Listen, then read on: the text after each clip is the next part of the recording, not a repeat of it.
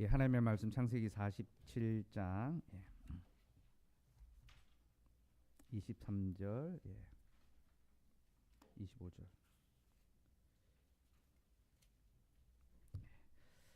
23절에서 25절 말씀 같이 우리 읽도록 합시다. 시작. 요셉이 백성에게 이르되 오늘 내가 바로를 위하여 너희 몸과 너희 토지를 샀노라. 여기 종자가 있으니 너희는 그 땅에 뿌리라. 추수의 5분의 1을 바로에게 상납하고 5분의 4는 너희가 가져서 토지의 종자로도 삼고 너희의 양식으로도 삼고 너희 가족과 어린아이의 양식으로도 삼으라. 그들이 이르되 주께서 우리를 살리셨사오니 우리가 주께 은혜를 입고 바로의 종이 되겠나이다. 아멘. 애굽 사람들이 요셉에게 돈과 가축과 땅과 몸을 다 팔아서 이제 바로의 종이 되었습니다. 그리고 이것을 통하여 그들이 생명의 양식, 곧 그 이제 일용할 양식을 이제 얻게 됐습니다. 그들은 종이 되었지만 더 나은 종이 되었습니다. 바로의 종, 왕의 종이 되어서 왕의 보호를 받는 그런 자들이 되었죠. 이 장면은 우리에게 인생의 본질이 뭔가를 보여줍니다. 여러분, 모든 사람은 자유자 같지만 자유자가 아닙니다. 다 종입니다. 종으로 살아갑니다. 인생은 종의 연속입니다. 어느 누구도 자기 인생의 주인이 없습니다. 자기가 자기 인생의 주인이 아니라는 것은 자기 인생을 자기 마음대로 할 수 없다는 것이 확인이 되죠. 그렇죠? 우리의 계획대로 인생이 다 풀립니까? 우리의 인생이 그렇게 흘러가지 않습니다. 그렇죠? 굽은 것들을 만나고 우리의 힘으로 할 수 없는 일들을, 상황을 우리가 맞이하게 됩니다. 또 우리는 우리의 몸도 스스로 컨트롤할 수 없습니다. 우리의 건강도, 우리의 생명도 우리 스스로 주관할 수 없습니다. 하나님 이것을 통하여 모든 인생이 다 종이라는 것을 가르쳐 줍니다. 그런데 두 종류의 종이 있다는 겁니다. 한 종류는 자신의 일용할 양식을 위한 종으로 살아가고 한 종은 자기 영혼의 영생할 양식을 위해 살아가는 종입니다. 곧 모든 사람은 종인데 두 종류의 종이 있습니다. 일용할 양식, 곧 자기 입의 양식을 위하여 살아가는 종들이 있고 영생의 양식, 곧 자기 영혼의 영원한 생명을 위하여 살아가는 종들이 있습니다. 특별히 여러분, 제가 주일에 사람의 먹는 것이 사람의 신이다라고 했죠. 그죠? 왜 돈을, 가축을, 땅을, 자기의 몸까지 다 들여서 그렇게 했습니까? 양식을 얻기 위해서. 그죠? 곧 나에게 먹을 것을 주는 존재가 나에게 신이 됩니다. 그래서 애굽 사람들에게 요셉이 신이 됐죠. 그들이 그에게 양식을 주었기 때문이죠.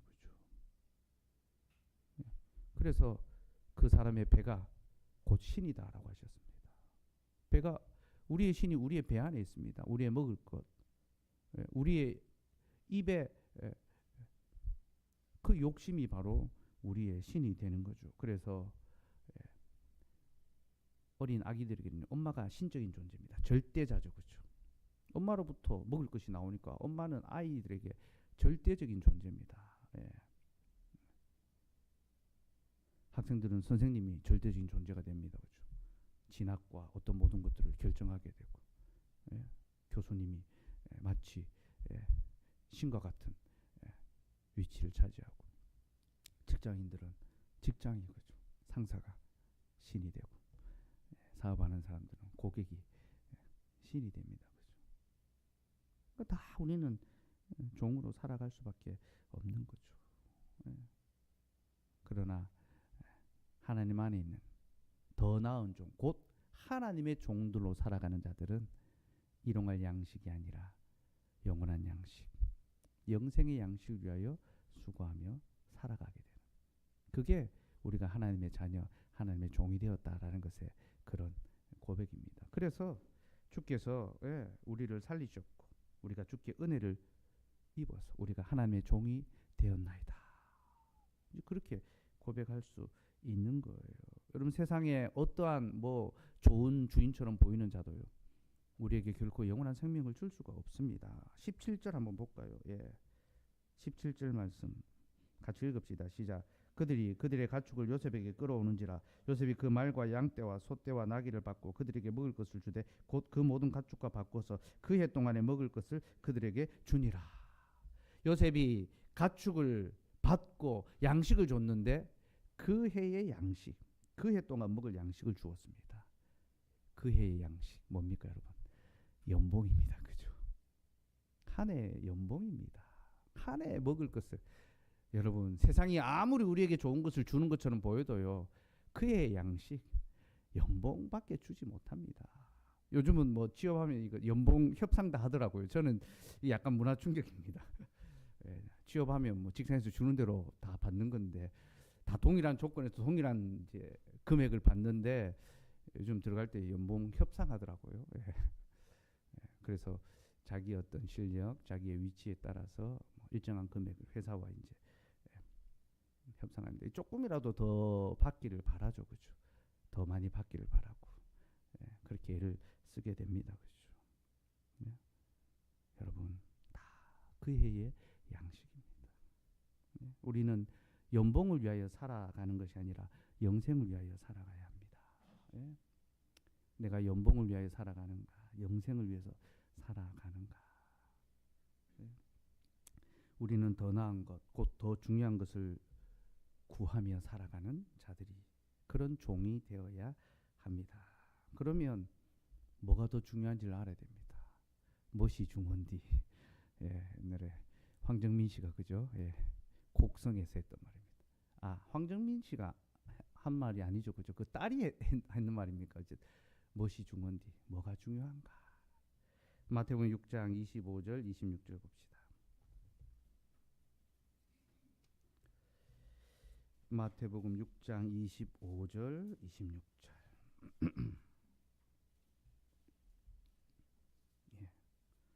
25절 26절 같이 읽읍시다. 시작. 그러므로 내가 너에게 이르노니 목숨을 위하여 무엇을 먹을까 무엇을 마실까 몸을 위하여 무엇을 입을까 염려하지 말라. 목숨이 음식보다 중하지 아니며 몸이 의복보다 중하지 아니하냐. 공중의 새를 보라. 심지도 않고 거두지도 않고 창고에 모아 들이지도 아니하되 너희 하늘 아버지께서 기르시나니 너희는 이것들보다 귀하지 아니하냐. 예수님께서 무엇이 중헌디?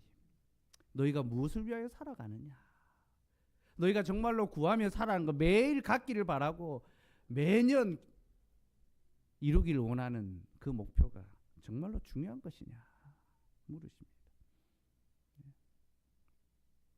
목숨이 음식보다 중요합니다. 몸이 의복보다 더 중요합니다. 그렇죠? 그러니까 우리가 구하는 것이 우리의 이 본질보다도 덜 중요한 것입니다. 남들처럼 뭔가를 하기를 바라고 남들보다 더 잘 되기를 바라고. 그래서 양손에 움켜쥐기 위하여 수고하는 그 모든 것들이 실은 우리의 본질, 우리의 몸과 목숨보다는 덜 중요한 겁니다. 왜 너희가 더 중요한 것은 지나치고 덜 중요한 것은 붙잡으며 살아가느냐, 그렇게 말씀하십니다. 그리고 우리가 덜 중요한 것을 지나칠 수 있어야 하는 것은요, 하나님께서 우리를 지켜주시기 때문이죠. 그렇죠? 그래서 우리에게 덜 중요한 것을 채워주시기 때문입니다. 곧 더 중요한 하나님의 말씀을 붙잡는 자에게 하나님께서 덜 중요한 것을 공급해 주신다라는 거죠. 그러니까 이건 믿음에 속합니다, 여러분. 아, 내가 더 중요한 하나님의 말씀, 하나님의 약속, 믿음의 삶, 예배를 붙잡고 교회를 위한 삶을 살아갈 때 하나님께서 덜 중요한 것을 채워주시는구나. 이 믿음이 없으면 그거 됩니까? 당장 눈앞에 덜 중요한, 덜 중요한 것은 급하거든요. 여러분 항상 보면요, 더 중요한 일은 급한 일이 아닐 가능성이 많습니다. 그죠? 더 중요한 일. 근데 덜 중요한 일은 급합니다. 당장 눈앞에서 급하거든요. 그걸 하기 바쁩니다. 당장 밥 먹어야 되고 당장 나한테 필요한 것을 채워야 되니까.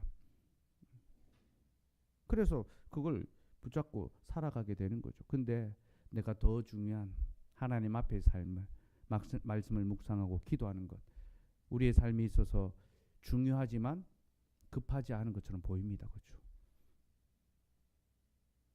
그러나 그 더 중요한 것을 붙잡을 때에 덜 중요하지만 급해 보이는 그 모든 것들을 우리 하나님이 채워주신다.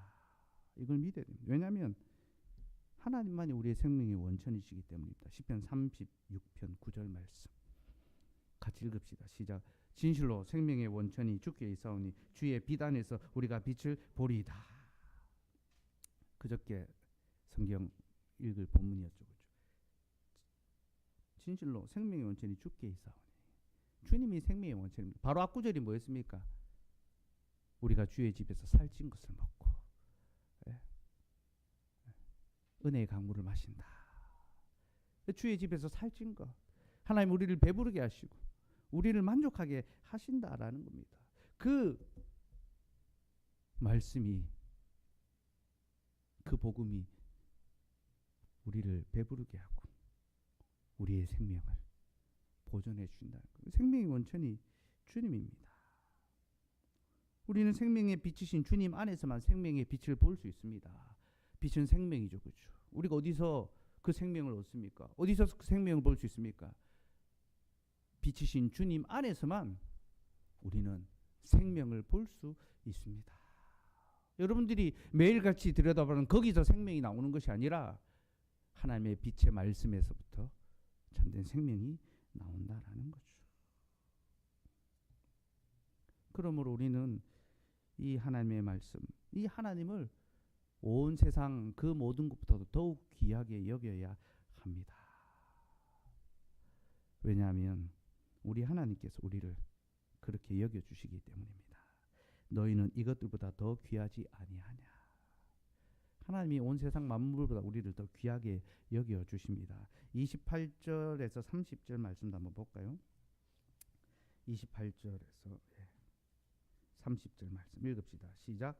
또 너희가 어찌 의복을 위하여 염려하느냐. 들의 백합화가 어떻게 자라는가 생각하여 보라. 수고도 아니하고 길쌈도 아니하느니라. 그러나 내가 너에게 말하노니 솔로몬의 모든 영광으로도 입은 것이 이 꽃 하나만 갖지 못하였느니라. 오늘 있다가 내일 아궁이에 던져지는 들풀도 하나님이 이렇게 입으시거든. 하물며 너희일까 보냐. 믿음이 적은 자들아. 하나님은 어떻게 하십니까?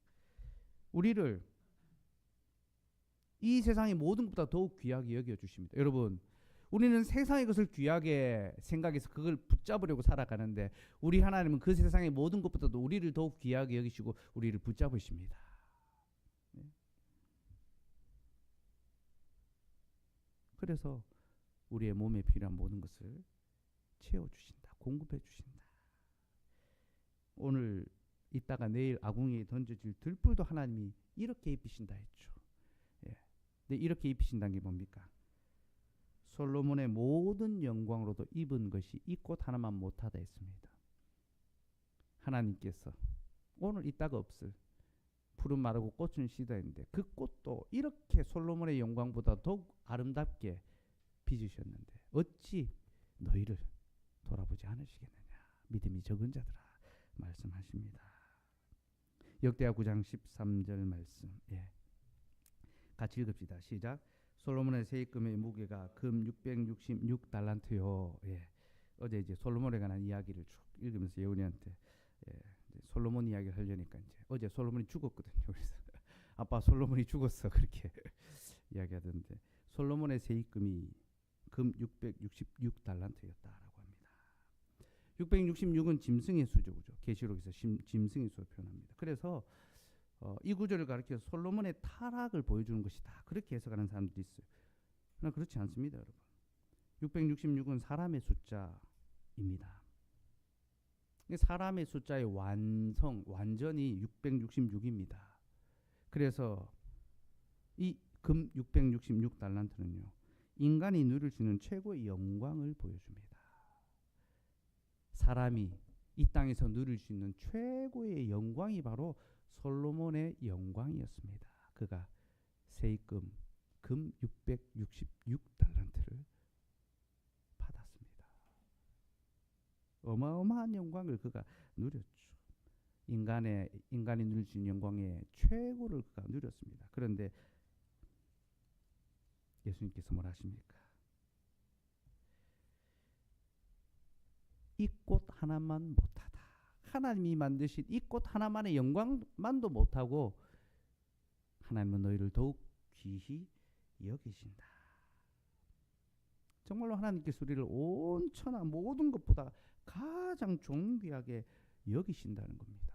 우리의 영혼, 우리에게 영생의 생명을 주십니다. 여러분, 하나님이 어떤 피조물에 영원한 것을 담아 놓으셨습니까? 오직 우리 안에만 영원한 생명, 자기의 형상을 넣어 주셨습니다. 그러니 우리 안에 있는 이 영혼을 사모하는 마음, 영생에 대한 소망, 우리의 영혼을 가벼이 여기지 마십시오. 이것을 세상의 것과 팔아먹고 그렇게 바꿔치기 하면 안 됩니다. 하나님께서 우리를 얼마나 존귀하게 여기시는지 알아야 합니다. 그리고 하나님이 우리를 가장 존귀하게 여기시니 우리도 하나님을 가장 존귀하게 여겨야 합니다. 하찮게 별것 아닌 대상으로 여겨서는 아닌 거죠. 그런데 여러분, 우리는 참 늘 삶 속에서 하나님을 하찮게 여기며 살아갑니다. 네? 그게 우리 삶의 모습이에요. 혹 여러분 중에 목사님, 저는 하나님을 하찮게 여기지 않는데요, 하나님을 귀히 여기는데요, 그렇게 말할 사람이 있을지도 모르겠습니다. 그러나 여러분, 우리가요, 우리의 삶에서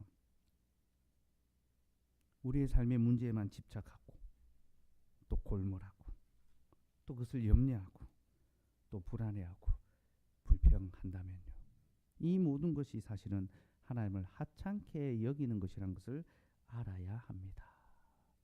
왜 이것이 하나님을 하찮게 여기는 것입니까? 우리 하나님이 우리의 삶에 이 문제도 해결해 주지 못할 만큼 하찮은 힘없는 자라는 거죠. 믿음이 적은 자들아, 너희일까 보냐. 예? 하나님이 너희를 돌아보지 않으시겠느냐. 그러니까 무엇을 먹을까, 무엇을 마실까 골몰하며 살아가는 그 모든 것이 하나님을 하찮게 여기는 것입니다. 또 이것은 믿음 없는 행위입니다. 하나님이 나를 돌아보지 않으신다라는 그런 마음을 갖고 있으니까 하나님의 나라를 위해 사는 것이 아니라 자기의 나라를 위해서만 살아가는 거죠. 하나님 나라와 하나님의 영광과는 상관없이 자신의 집을 세우고 자신의 가정을 세워가는 그 일에만 관심을 두는 거죠. 이게 바로 믿음 없는 삶이고 하나님을 하찮게 여기는 그러한 삶입니다. 사랑하는 여러분, 이와 같은 삶에서 돌아설 수 있기를 바랍니다. 무엇이 중요한지를 알고 더 중요한 것을 꼭 붙잡도록 합시다. 그럼 더 중요한 것이 무엇입니까? 하나님의 나라와 그의 영광이죠. 그렇죠? 예. 그래서 하나님 나라 그의 의를 구하라고 하십니다. 33절 말씀 같이 읽읍시다. 시작. 그런즉 너희는 먼저 그의 나라와 그의 의를 구하라. 그리하면 이 모든 것을 너희에게 더하시리라.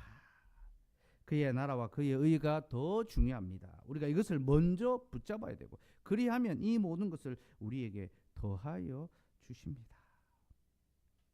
내일에 필요한 것을 하나님이 공급해 주시는 거죠. 내일의 문제 때문에 골몰하고 괴로워하는 것이 아니라 오늘 하나님의 나라를 위하여 살 때에 내일 주께서 내게 필요한 것을 채워주실 것을 믿고 고백하게 되는 거죠. 그렇죠? 사랑하는 여러분, 우리가 진실로 그의 나라와 그의 의를 위하여 살아갈 수 있기를 소망합니다. 썩을 양식, 자기의 몸의 목숨을 위하여 사는 것이 아니라 영원한 양식, 하나님의 나라를 위하여, 주님의 몸된 교회를 위하여, 자기 몸이 아니라 주님의 몸된 교회를 위하여 살아갈 수 있기를 소망합니다. 그러나 여러분, 이러한 삶은 참 어려운 삶입니다. 이렇게 살아가기가 쉽지 않습니다. 오병이의 사건을 행하신 이후 예수님이 영생의 양식에 대해서 말씀하시자 사람들이 다 주님을 떠나갔습니다. 그렇죠? 많은 사람들이 주님을 따라왔지만 일용할 떡이 아니라 영생의 양식에 대해서 말씀하시니까 사람들이 다 주님을 떠나갔습니다. 요한복음 6장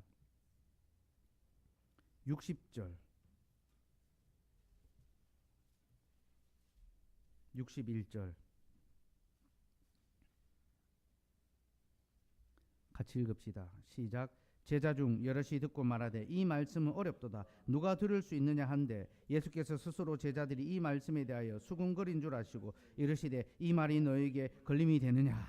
자신이 하늘로부터 내려온 산떡이니 너희가 이 떡을 먹어야 영원히 살 것이다 하시니까 돌로 떡을 오병이어 떡 5개로 5천 명이 먹도록 하는 그 기적에는 반응을 하고 감사를 하고 믿음을 가졌는데 정작 그것을 행하신 주님의 말씀에는 불신하는 겁니다. 그럼 참 놀랍지 않습니까? 지금 눈앞에서 기적을 봤습니다. 그런데 그 기적을 행하신 분의 말씀은 믿지 않습니다. 이게 기적입니다, 여러분. 어떻게 방금 기적을 행하신 분의 말씀을 믿지 않을 수가 있습니까? 그러니 여러분, 믿음은 기적에서 오는 것이 아니라는 걸 알아야 됩니다. 믿음은 오직 말씀에서 옵니다. 어떤 것을 체험하고 경험하고 어떤 것을 성공하고 병을 고치고 이런 것을 통하여 믿음이 생기는 것이 아니라 예수 그리스도의 말씀을 들을 때 우리 안에 믿음이 생기는 거죠. 제자들 사이에 예수님의 말씀으로 대한 걸림이 생겼습니다.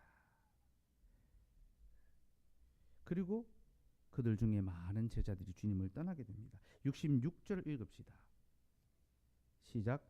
그때부터 그의 제자 중에 많은 사람이 떠나가고 다시 그와 함께 다니지 아니하더라. 떡은 먹었지만 말씀은 거부한 자들이죠. 제자들 중입니다. 무리가 아니라 제자들. 정말로 예수님을 이스라엘의 구속자로 믿고 따라왔던 자들이 다 떠나갔습니다. 결국 그들이 바란 구원이 뭡니까? 육신의 잘됨입니다. 육신의 떡을 먹는 것이 그들의 목적이었죠. 여러분, 많은 사람들이 주님을 따라 살고 주님을 위하여 산다고 말하지만 결국은 다 드러나게 되어 있습니다. 떡을 위하여 살아가는 자는 자신의 떡을 따라갑니다. 오직 그리스도를 찾는 자만이 그리스도에게 그리스도와 함께 할 수 있습니다. 제자들이 다 떠나가자 예수님께서 12제자들에게 이렇게 물으십니다. 67절 시작. 예수께서 12제자에게 이르시되 너희도 가려느냐? 너희도 가려느냐? 그 남아있는 제자들에게 너희도 가려느냐?